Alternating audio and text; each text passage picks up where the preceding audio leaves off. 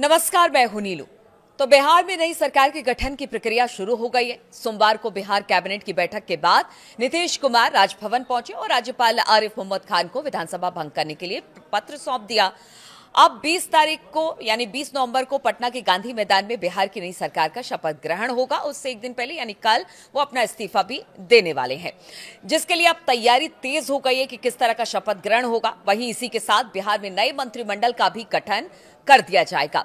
इस बीच चर्चा है कि बिहार मंत्रिमंडल में किसको किसको जगह मिलेगी। ऐसे में जेडीयू कोटे से किन चेहरों को मौका मिलेगा, ये भी सवाल है। बताया जा रहा है कि नीतीश कुमार अपने मंत्रिमंडल में जेडीयू कोटे से लगभग सभी पुराने चेहरों को मौका देंगे, यानी कि रिपीट करेंगे। हालांकि इस बार उनके मंत्रिमंडल में जेडीयू कोटे से कुछ नए चेहरे भी शामिल हो सकते हैं। बताया जा रहा है कि सीएम नीतीश कुमार ने जिस तरह से जेडीयू उम्मीदवारों के चयन में सोशल इंजीनियरिंग का बखूबी इस्तेमाल किया था, उसी तरह से नीतीश कुमार कैबिनेट गठन में भी जातीय समीकरण को साधते हुए नजर आएंगे। दरअसल नीतीश कुमार सामाजिक समीकरण के लिए जाने जाते हैं। इसकी तस्वीर 2025 में जेडीयू उम्मीदवार की लिस्ट देखने को जिस तरह से मिली थी, यानी कि टिकट का बंटवारा हुआ था, उससे इस बात का अंदाजा लग जाएगा। बिहार चुनाव 2025 में नीतीश कुमार ने तमाम जातीय समीकरण को साध लिया था।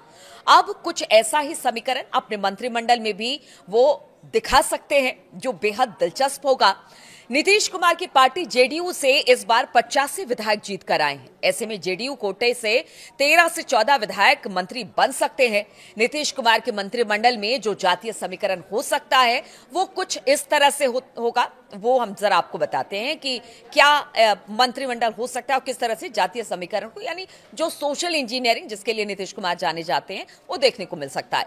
तो जेडीयू से इन चेहरों को जगह मिल सकती है। बिहार में नई सरकार के गठन की प्रक्रिया शुरू हो गई और इस बीच एक संभावित सूची भी आ गई है मंत्रियों की जेडीयू की तरफ से। जेडीयू कोटे से विजय चौधरी, विजेंद्र प्रसाद यादव, श्रवण कुमार, अशोक चौधरी, लेशी सिंह, मदन सहनी, जयंत राज और सुनील कुमार फिर से मंत्री बन सकते हैं। वहीं इसके अलावा बताया जा रहा है कि 4 से 5 नए चेहरे को भी मौका जेडीयू की तरफ से मिल सकता है। जेडीयू उम्मीदवारों की लिस्ट में सोशल इंजीनियरिंग साफ देखने को मिली जब वो उम्मीदवारी का लिस्ट तैयार कर रहे थे और टिकट दे रहे थे। तो पिछड़ा वर्ग ओबीसी से 37 उम्मीदवारों को उन्होंने अपना उम्मीदवार बनाया था। अति पिछड़ा वर्ग से 22 उम्मीदवार थे। स्वर्ण समाज से 22 उम्मीदवार बनाए गए थे, यानी कि मैदान में उतारा गया था चुनाव लड़ने के लिए। वहीं अनुसूचित जाति से 15 उम्मीदवार, अनुसूचित जनजाति से 2 उम्मीदवार शामिल थे। इसके साथ ही जेडीयू ने 13 महिलाओं को भी टिकट देकर महिला सशक्तिकरण का मजबूत संदेश देने की इस चुनाव में कोशिश की थी। नीतीश कुमार ने पहले लिस्ट में लवकुश समीकरण और दूसरे में पिछड़ा समाज पर फोकस किया। अब जरा जल्दी से बीजेपी के मंत्रियों की संभावित लिस्ट भी आपको बता देते हैं।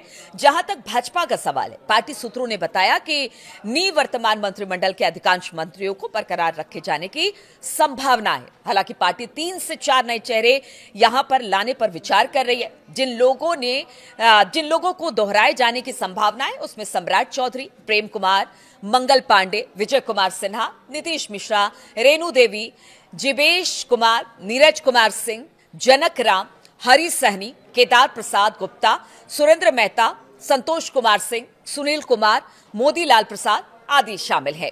सूत्रों ने कहा कि भाजपा में जिन नए चेहरों को कैबिनेट में जगह मिल सकती है उसमें राणा रणधीर, गायत्री देवी और विजय कुमार खेमका शामिल है।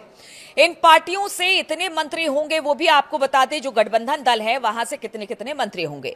तो जेडीयू और भाजपा के साथ साथ छोटे सहयोगी दल, जिसमें केंद्रीय मंत्री चिराग पासवान की एलजेपी रामविलास, जीतन राम मांझी की हम और उपेंद्र कुशवाहा के आरएमएल भी नए मंत्रिमंडल का हिस्सा होंगे। अगर सूत्रों के अनुसार बात की जाए तो लोजपा यानी कि रामविलास को 3 मंत्री पद मिलने की संभावना है, जबकि हम, एस और आरएलएम को एक मंत्री पद मिल सकता है। नीतीश कुमार के साथ भाजपा से अधिकतम 16 और जदयू से 14 मंत्री 20 नवंबर को शपथ ले सकते हैं। तो 20 नवंबर को नीतीश कुमार भी शपथ लेंगे और शपथ ग्रहण समारोह स्थल ऐतिहासिक गांधी मैदान होगा, जिसके लिए 20 नवंबर तक आम जनता के लिए इसे बंद कर दिया गया, क्योंकि भव्य तैयारी वहां पर चल रही है। पटना जिला प्रशासन ने कहा कि आम लोगों के प्रवेश पर रोक लगा दी गई है और बड़ी तादाद में सुरक्षा बलों की तैनाती अभी से कर दी गई है, क्योंकि प्रधानमंत्री नरेंद्र मोदी के समारोह में शामिल होने की उम्मीद है। केंद्रीय गृह मंत्री अमित शाह और राजनाथ सिंह और इसके अलावा धर्मेंद्र प्रधान सहित एनडीए के कई वरिष्ठ नेताओं की उपस्थिति भी रहने की संभावना है। तो इस तरह से कुछ एक मोटा मोटी जो सूत्रों के हवाले से खबर मिल रही है, इस तरह से नीतीश का मंत्रिमंडल होगा और एक भव्य तैयारी अब इसे लेकर कर ली गई है।